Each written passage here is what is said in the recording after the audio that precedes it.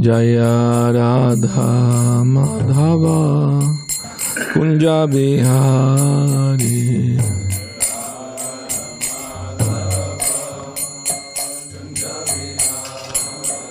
Jaya Radha Madhava Kunja Bihari.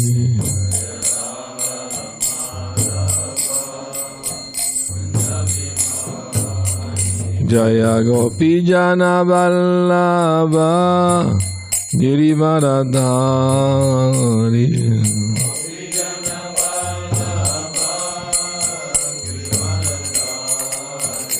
Jaya Gopi Jana Vallabha Girivaradhari.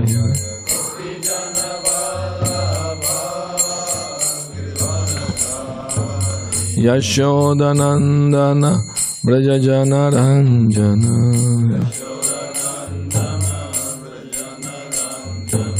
Yashodanandana Brajajana Ranjana.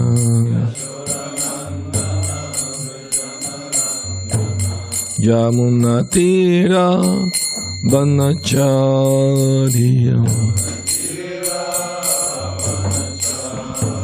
Yamuna Tira Vanacharya. Jaya Radha Madhava Kunja Bihari.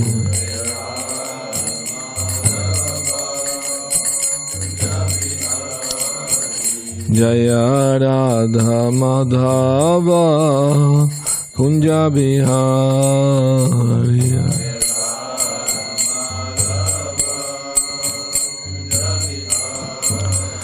Jaya Gopi Jana Vallabha Girivaradhari.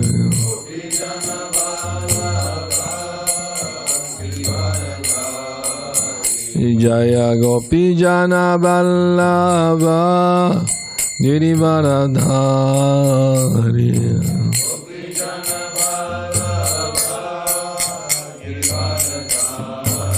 Yashodanandana Brajajana Ranjana.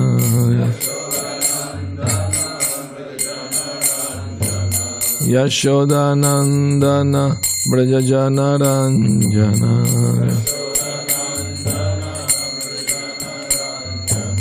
Yamuna Tira Vanacharya.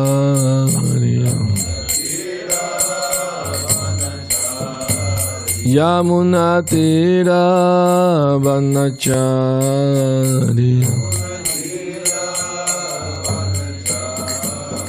Jaya Radha Madhava Kunja Bihari.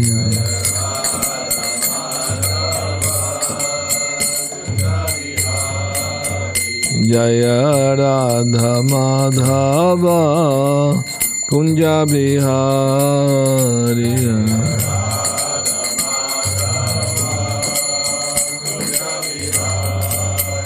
Jaya Gopi Jana Vallabha Girivaradhari.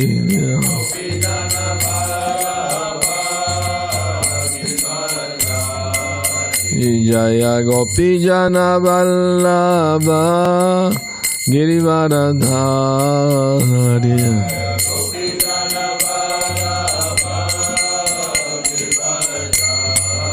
Yashodanandana Brajajana Ranjana.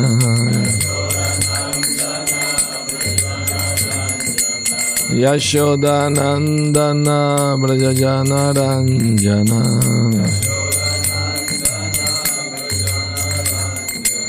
Yamuna Tira Vanacharya.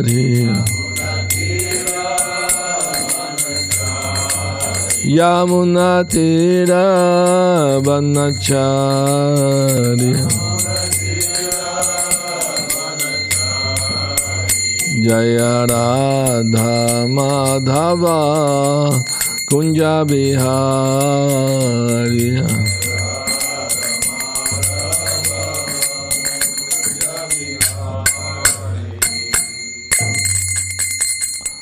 Jayantla Pravishtam Shnupa Paramaham Sattotara Sata Shashimadas Deva English HH Bhakti Goswami Maharaj Srila Prabhupada ki Jayantla Pravishtam Shnupa Paramaham Sattotara Sata Shashimadas Srila Bhakti Siddhanta Saraswati Goswami Maharaj Thakur Prabhupada ki Ananta Koti Vaishnava Vrinda ki Namacharya Srila Haridas Thakur ki Prabhu Sikho Sri Krishna Chaitanya Prabhu Nityananda Shri Advaita Gadadhar Shivasadi Gaur Bhakta Vrinda ki Shri Radha Krishna Gopa Gopinath Shama Kunda Radha Kunda Giri Govardhan ki Shri Mathura Vrindavan Dham ki jai, Shri Navadvip Mayapur Dham ki jai, Ganga Mai ki jai, Yamuna Mai ki jai, Tulasi Maharani ki jai, Bhakti Devi ki jai, Shri Hare Nam Sankirtan Yagya ki jai, Grantara Srimad Bhagavatam ki jai, Nitai Gaur Premanandi. All glories to the assembled devotees. All glories to the assembled devotees. All glories to the assembled devotees. All glories to Shri Guru and Shri Gauranga.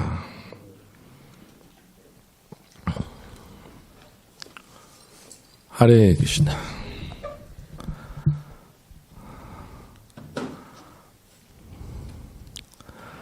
Narayanam Namaskritya Naram Chaiva Narottamam Devim Saraswatim Vyasam Tato Jayamudiraye Nasta Prayesha Vadreshu Nityam Bhagavata Sevayam Bhagavati Uttama Shloke Bhaktir Bhavati Naishtaki. Reading from Srimad Bhagavatam, 6th Canto, Chapter 17, Mother Parvati courses Chitraketu, text 21. Om Namo Bhagavate Vasudevaya. Om Namo Bhagavate Vasudevaya. Om Namo Bhagavate Vasudevaya. Ekasrijati Bhutani Bhagavan Atma Mayaya. Esham bandham cha moksham cha Sukam dukam cha nishkalaha. Ekasrijati bhutani Bhagavan Atma Mayaya. Esham bandham cha moksham cha Sukam dukam cha nishkalaha. Ekasrijati bhutani Bhagavan Atma Mayaya. Esham bandham cha moksham cha Sukam dukam cha nishkalaha.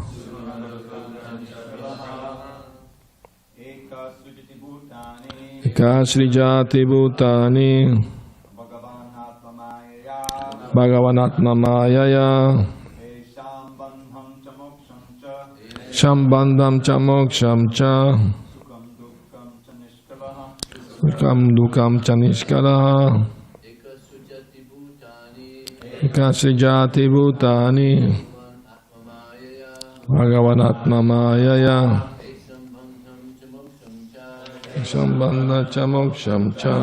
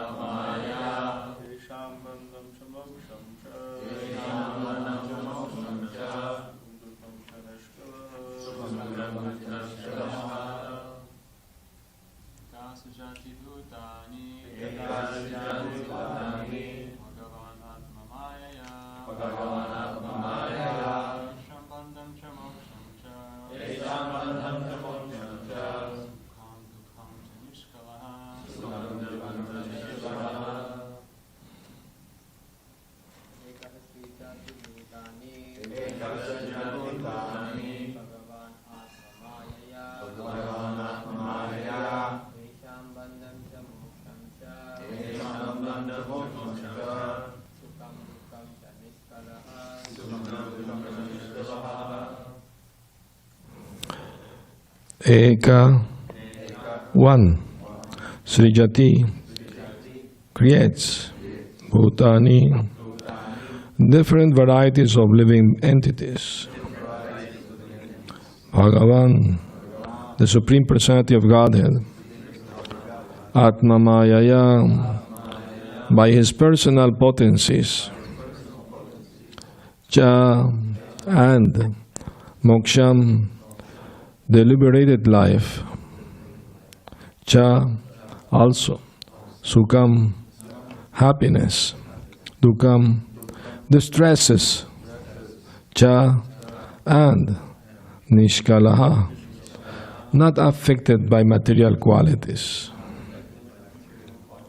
Translation: the Supreme Personality of Godhead is one, unaffected by the conditions of the material world.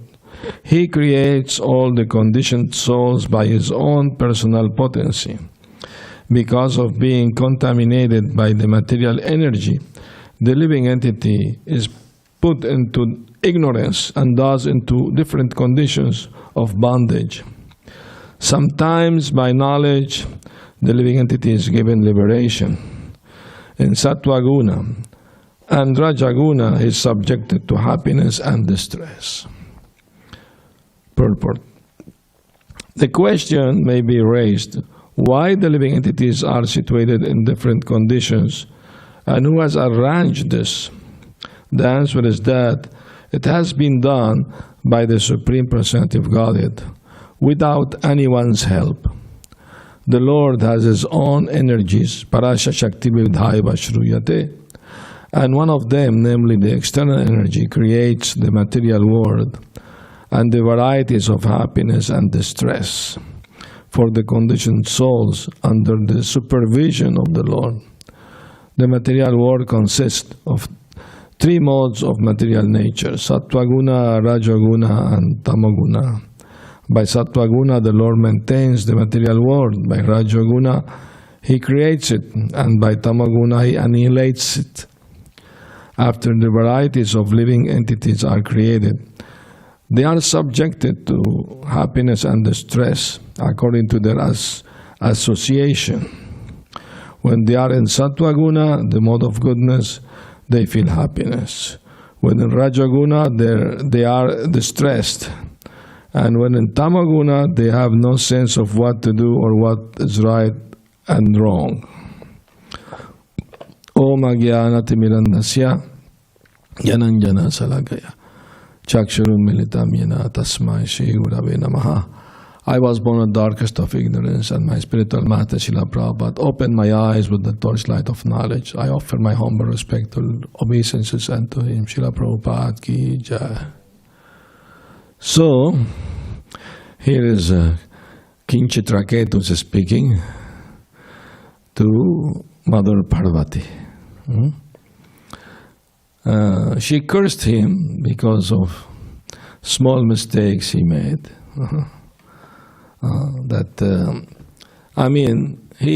He was already liberated soul when this happened.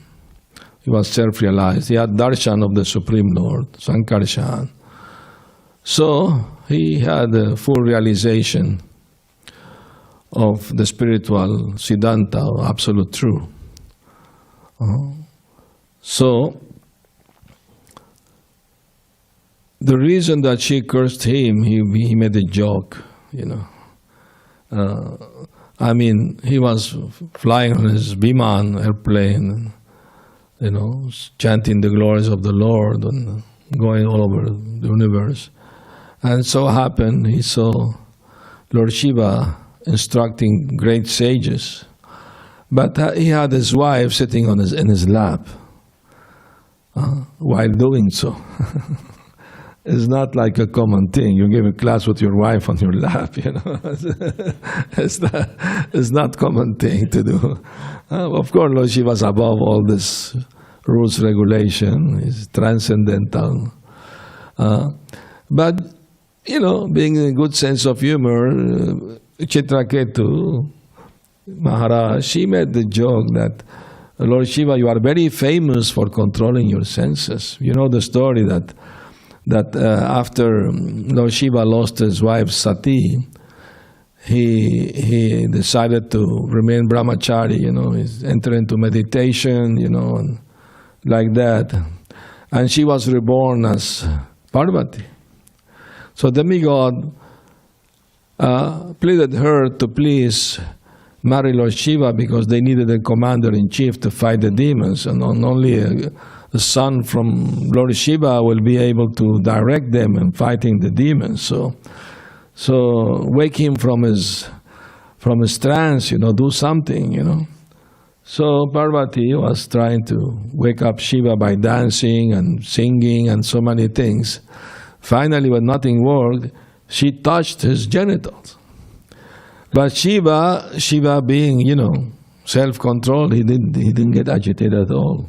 Kamadeva appeared there to help her, and he was throwing arrows of Cupid at Lord Shiva. Shiva became so angry, he opened his third eye and looked at Kamadev, he made him ashes. Just by looking at him, he made into ashes.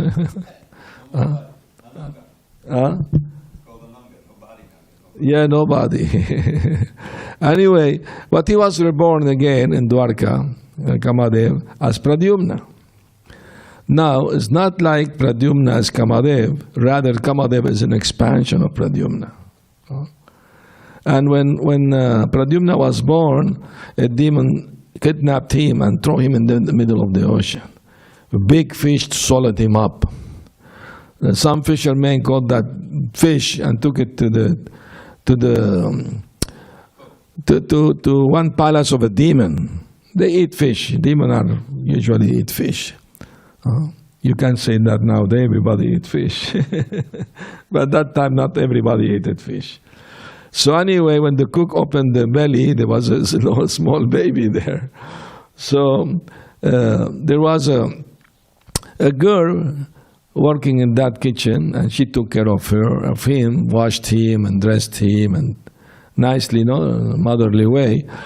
But the little baby grew up very fast. In a few days, he was young man, beautiful young man, and she felt conjugal attraction to him. So he was asking, first you show me motherly love, now is conjugal love. There is contradiction. She said, well, I was your wife in a past life. When you was Kamadev, I was your wife, so it's natural for me to feel attraction for you, like that. Anyway, so being that the case, Shiva is very famous as self-controlled, but he was defeated by Lord Vishnu because he asked Lord Vishnu to show him his Mohini Murti. And Vishnu said, are you sure you want to see that form? Even you can be bewildered. No, he was not there when that happened. When Mohini Murti appeared to bewilder the demons, he was not there. He just swallowed the poison and left to his abode, Kailash. But the other, they saw that, so he heard about it. He was curious. He wanted to know, to see about Mohini Murti. So, okay, you are my dear devotee. I'm going to please you. And Vishnu took the Mohini form and was playing with the ball, Imagine, Vishnu becoming a beautiful woman. Who can be more beautiful than that? So Shiva became attracted and was chasing after her. In front of his wife. His wife was there right next to him, Parvati. Without any shame, he was chasing after her. And he discharged semen on the way. He tried to grab her, but she, some or other, get herself free from his arms. But he was so agitated and those semen became mines of gold and silver, it is said. All this, you can read Bhagavatam, all these details are given there very nicely. So Shiva was very proud that he had such a master that even bewildered him. Of course, he was not bewildered by Mahamaya, but rather Yoga Maya. Because the form of the Lord is not material, it's transcendental. So his defeat, and especially Mohini Murti, when being chased by him, she purposely pass through the ashram of great sages, so they will see that even Shiva was, so they will be more careful, they will be more attentive, not to be bewildered by the material external energy. So powerful energy can bewilder anyone. Prabhupada said, Maya is very powerful and we are very weak. And the only way to overcome it, if we fully surrender to Krishna and He give us shelter, then is the only way to overcome this Maya. There is no other way to overcome this powerful energy of the Lord. And it's very interesting that Chitraketu is addressing Parvati as mother, mother. He said, mother can bless the child or curse the child. As for the child, both are coming from mother, or all of blessings. Anything come from mother is blessing. And may look bad, curse. But the reason is, when Mahavishnu glance at material nature and inject the living entities into it, that glance is called Shambhu, Lord Shiva. And Parvati, Durga, Mata is the material energy personified. So that's why it is said that Shiva is the father of all living entities. And his wife, Durga or Parvati, is the mother, because she gives the form, the material forms of the living entity. And Shambhu, is the glance of Mahavishnu, so the father. But spiritually speaking, we are part and parcel of Krishna, eternal servant of Krishna. That's our eternal position. This is the material side of the living entities, taking birth in this material world. So the three modes of nature always work, to bewilder the poor living entities in this world. When they are in goodness, they feel happiness, A mode of goodness means you are philosopher, you are, vegetarian, vegan, whatever. You try to be pious, all these things, See God in nature, like that. That's the mode of goodness. A mode of passion means very eager to enjoy the material energy, material world. Accumulating money, enjoying the senses. That's the mode of passion. You feel some happiness and then you feel a lot of distress. It is explained in the Bhagavad Gita that in the mode of goodness, austerity may look at the beginning like painful, but end up being very blissful. And in the mode of passion, beginning so enjoyable and end up in misery. Like, for example, drugs. When people start taking drugs at the beginning, they feel so, nice, Such a nice trip I'm having, wow, it's bliss. I mean, one devotee told me he left Krishna consciousness, but he also came back later. But when he left, he fell into heroin. He was injecting himself heroin. And at the beginning, he was thanking Krishna. Krishna, thank you for allowing me to do this heroin, because it's like, wow, it's like heaven, heavenly planet or something, But then end up in full misery. After a few months, he wake up shaking. He will inject himself with heroin just to calm the shaking of his body. That's all. There was no more bliss or any kind of that. It's all illusion. It's all madness.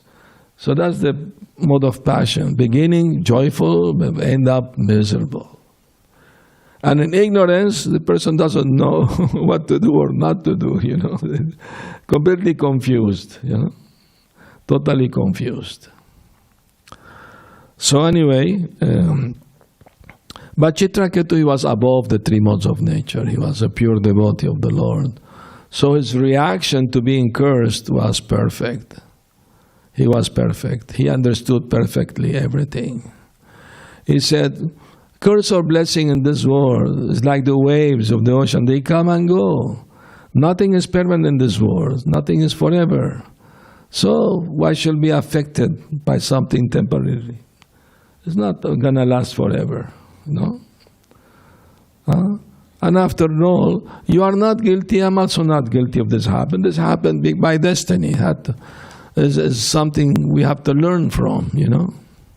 Well, this, I mean, what Chitraketu said to Shiva from his airplane, that you are very famous of being controlling the sense, but you are behaving like a mundane person attached to his wife. That's very, very, very, you know, amazing. He was making a joke. And of course, Shiva just smiled, you know. The other sages, they also smiled. Only Parvati became angry at him. She could not take it that he was making joke at her husband, you know. Of course, it was not at all correct from the part of Chitraketu to make a joke. But both of them were liberated person. I mean, he was not, Chitraketu, he was not conditioned soul. And, you know, and the sages understood, he didn't make any offense. If you will have done an offense to Shiva by saying so, they would have raised up the sages and chastised him. But that didn't happen because they understood. Two liberated souls just joking between themselves. But Parvati didn't take it that way. This is offending my husband. And you think yourself, you know, become a demon. She could seem to become a demon. Of course, he was born as demon, but he maintained his devotee, he didn't lose his devotee mentality. The same thing happened with Bharat Maharaj. He had to be born as a deer because he became attached to a deer. And although he was in the body of a deer, he still remained Krishna conscious. By Krishna's mercy, he didn't forget his past life. So in the same way, although Chitraketu had to take a birth as a demon, what was the name of the demon? Vritrasura. He remained Krishna conscious. And he was fighting Indra. He was encouraging Indra to kill him. He was giving advice, why you're not fighting with full strength, you know. Do what you have to do. And finally Indra defeated him, Vritrasura. But what was the outcome? Vritrasura went back to Vaikuntha and Indra remained in the material world. So who was the winner? Who was the loser? It's all relative in this world if we see it from that relative point of view. But from the spiritual point of view, things are different. Of what is apparent, what looks apparently, you know, to us. So here Chitraketu is telling Mother Parvati that as the Supreme Lord is not affected by the material energy, his pure devotee also not affected by it, by his mercy, no? So he creates, finally it is Krishna who creates everyone. You know, of course the soul is not created, the soul is eternal, has no beginning and no end, because we are part of Krishna. But the material bodies are created according to the three gunas. No? And one devotee recently asked me this question, what happens to the living entities after the end of the day of Brahma? Because after the life of Brahma, it is said they enter the body of Mahavishnu. But what happened to the living entity after everything, or almost everything, is destroyed by the end of the day of Brahma? I told him, actually, I read the Bhagavatam, they enter the body of Garbhodakashayi Vishnu. Until next day, creation begin again, and they take the same form, same shape they had previously before dissolution. They continue their karma. So that means the living entity, or all varieties of living entity, appear simultaneously. No? Not like Darwin theory, evolution from the lowest of the lowest thing, you know, to the higher. That doesn't make sense. A rock cannot create an ant. It is from up to down, not from down to up, the way creation happens. Anyway, yesterday I was giving, lecture at the home of family who are scientists, actually. They're scientists. And I met one man who's PhD in science and everything. And we discussed all these things, about Darwin's evolution and Big Bang and all these things. And they appreciated what Prabhupada say about all this subject. You know what Prabhupada said about the Big Bang? When he was told about it? Prabhupada laughed. He told the devotees, well, when the Big Bang happened, the scientists were not there. So how they can know for sure what really happened? They just can't speculate. Maybe, perhaps, could have been, probably. And Prabhupada said, that's not science. That's just mental speculation. But they now force the children in the school to learn Darwin theory. They have to accept it. Otherwise, they will not get good, result in their exam. They have to agree that yes. And the Big Bang both, they have to agree. I mean, a few years ago, I was in Argentina, and one lady devotee came to me, asked me to please talk to my 11-year-old daughter. She's bewildered because I tell her one thing at home. She hears something at home, at the temple, and at school they tell her something completely different. So please advise her, speak to her. So I had to speak with the girl like 1 hour, And at the end I told her, who has more logic, common sense, your teacher or me? She said, no, you are more logical what you're saying, Because it's a common sense thing, I mean to say, it is more dreamy-like or what you fairy tales to believe that there is no controller, everything happened by chance. Matter exploded and went to form planets without anybody's intervention. Just they came all planet round shape. Why some planet came different shapes, elongated or like that. And the distance Earth from the sun is perfect distance, will not burn it, not freeze it. And nobody decided that, just by chance. So that's more fantasy than to believe there is a controller behind the universe. It's make more logic. It's more common sense. So in this way we can defeat all these atheistic ideas of the universe by using common sense, logic, arguments like that. So anyway, it's a great challenge, Atheism is increasing day by day because they are using, schools, university to convince students about this idea of non-God.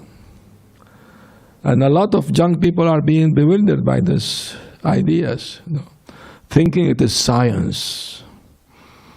That God as religion is for the less intelligent people, like that. They think like that, unfortunately.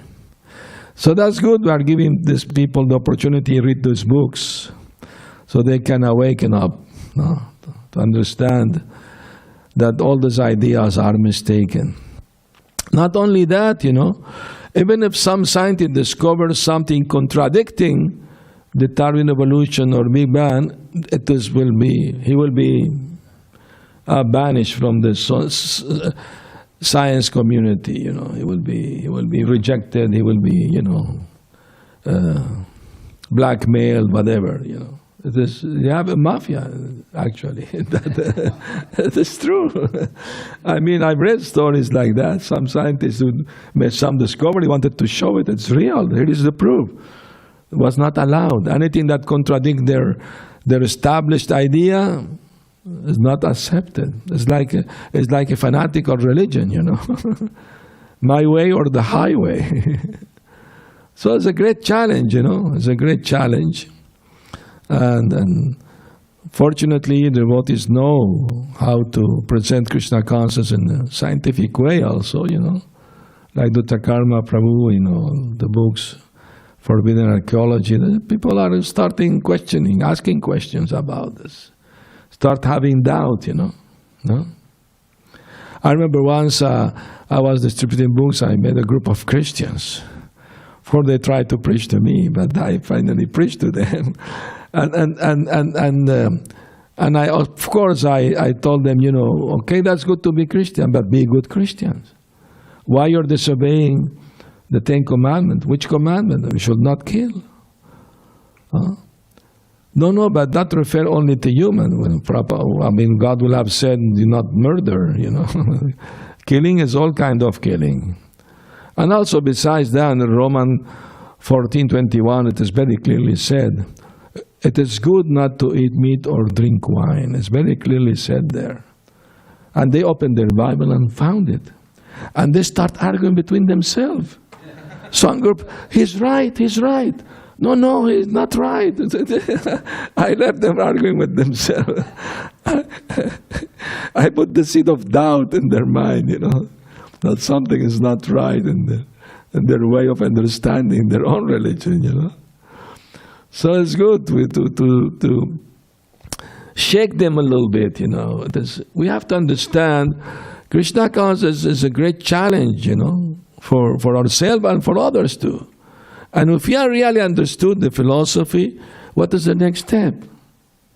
To share it with others. The more you give it, the more you get. That's the way it works. The more you preach about it, the more realization you will get. That's the way it works. You just can't keep it for yourself and don't tell anybody about it. And with due time, you even forget about it. It becomes only theoretical, So it's very important. All right, so I'm going to stop here. If you have any comment, question, please do. We have a mic, extra mic to pass around. Yes. Yes, Dr. Joseph.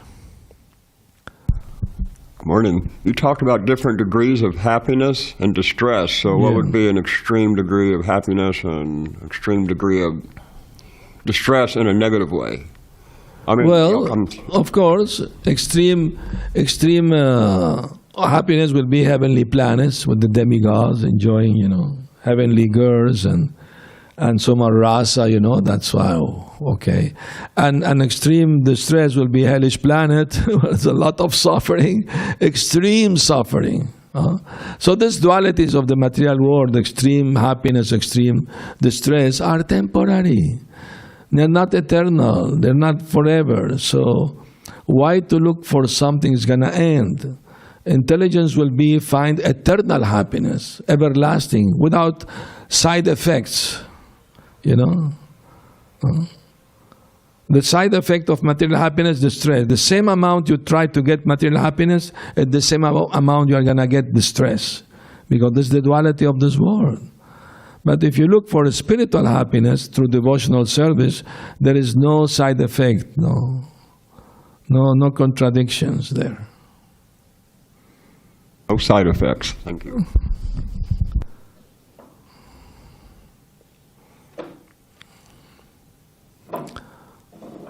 Hare Krishna. Thank you for a wonderful class today. Usually Bhajranaran Swami gives class on Sunday, so it's so nice that we have another Maharaj holding the torch. Thank you for visiting. It's been a while. We've missed you. Thank you. That was a wonderful class. I have two questions. One, something you said, and one was actually a question we were unable to answer from Bhagavatam class a few days ago. You were talking about evolution coming from the top down. Yes. The down up. So it's because we were spiritually perfect, and then we've descended into these lower spiritual forms? Or can you explain what you meant by that? What I mean by that is that Krishna gives Brahma all the ingredients of material energy to create. So from up to down means there is a creator who creates the lower species of life. Lower species of life can't create higher species of life by themselves. So we do believe in evolution in the sense that from lower form of body you can rise to a higher form of body. The soul is transmigrating from lower form to higher form, not the body transforming themselves. The reason Darwin didn't mention the soul when he spoke about evolution is because he was from Christian religion. And in Christian religion, don't believe that the animals have souls. So that's why he didn't mention souls. And that's why he also became atheistic. But we know from the Shastra that the soul are transmigrating from lower body to higher body, but who created everything in the first place? That's coming from the Supreme. So that's the meaning of from up to down. We had was the verse that you were talking about too, where Chitraketu is saying, "My dear mother," says, "with folded hands together I accept this curse. Yes. I do not mind the curse for happiness and stress." But there's a part in the purport that was kind of interesting. Yeah. For Prabhupada saying, Chitraketu knew that he had not committed any offense at the lotus feet of the Lord, Shiva, Yes. or the goddess Parvati. So she reacted to what was offensive and then cursed him, but it's saying he knew he didn't make an offense? Yeah, he knew because that was not his intention. He was just I joking? mean, pure devotees, they never offend anybody, because they respect every soul. They see everybody as part of Krishna. They will never offend anybody. Pure devotee never offend anybody. For example, Srila Prabhupada on his deathbed, he was asking forgiveness from his godbrothers for, he was very humbly saying, "I became proud because of my success and I maybe offended you." And they all have said, "No, you never offended us. You did say everything for preaching, So like that, so it's natural that, but Chitraketu was not in his deathbed, He was fully awake and fully conscious. And he knew he didn't make offense. The reason he knew that he didn't make offense because Shiva didn't react. The sages didn't react to it. If he really made offense, they will have said, "You made offense." He will have accepted. But since there was no such thing happening, he knew there was no offense. But still, you are my mother. I can accept from you anything is coming from you. I agree. And Lord Shiva actually later told Parvati, "Today you was defeated by a devotee." Like that. Because when you accept, your mother blessing or curse, in that sense she's being defeated because you don't become angry. You're not trying to say, "No, that's wrong." Once a devotee asked me this question. What happened if somebody come to me, some other devotee, and start telling me all my faults, all my, shortcoming and all this? What should I do? I defend myself. He said, no, you should thank him. Thank you for pointing my faults. I have much more, but thank you, at least you mentioned some, so I can rectify them. Then if you say like that, you disarm the person. Understand? For quarreling, you need two. For tango, you need two for tango. If one of the party doesn't want to argue, fine, then there is defeat. The person is defeated. Yeah, that's the same. Two to be in tango. Okay. So that's the way of things, Yes. Just one note. When Parvati was making the curse, she addressed him as my son. Yes. So the relationship was already there. So he just says mother, so the whole thing. She accepted, okay, you're saying mother, I'm saying son. It's a natural thing. Because she is the mother of all living entity in the sense she's the material energy personified. And she has given all the material bodies to everyone. So she's the mother of everyone. In that sense. Yeah. Oh. Also, it's mentioned that it's something like what happened with Arjuna. Just think that Arjuna fell into Maya is superficial. He was put into Maya, right? It was Krishna's plan so that Krishna could speak. The same thing happened here. It says that, when I think it's in the purport, that Vishnu wanted Chitraketu to come back sooner. Yes. So this is his own plan. The same thing happened to Maharaj Parikshit also. He was cursed. Exactly. But there was a reason behind it. Krishna wanted to call him back to God as soon as possible. He was feeling separation from his pure devotee. And also the Bhaktam need to be recited. So same thing with Chitraketu, Krishna's plan, to call him back to Vaikuntha. So, yes. Hare Krishna. So did Mother Parvati made an offense here? No, she didn't make any offense. He himself, Chitraketu, is saying, "You didn't make offense, I didn't make an offense." This happens by destiny. It has to happen. It is finally Krishna's supreme control, no? The cause of all causes. Ishvara Parama Krishna Sachitananda Vigraha Anadiradir Govinda Sarva Karana Karanam. He is the cause of all causes. Nothing happened, not even a blade of grass can move without the will of the Lord.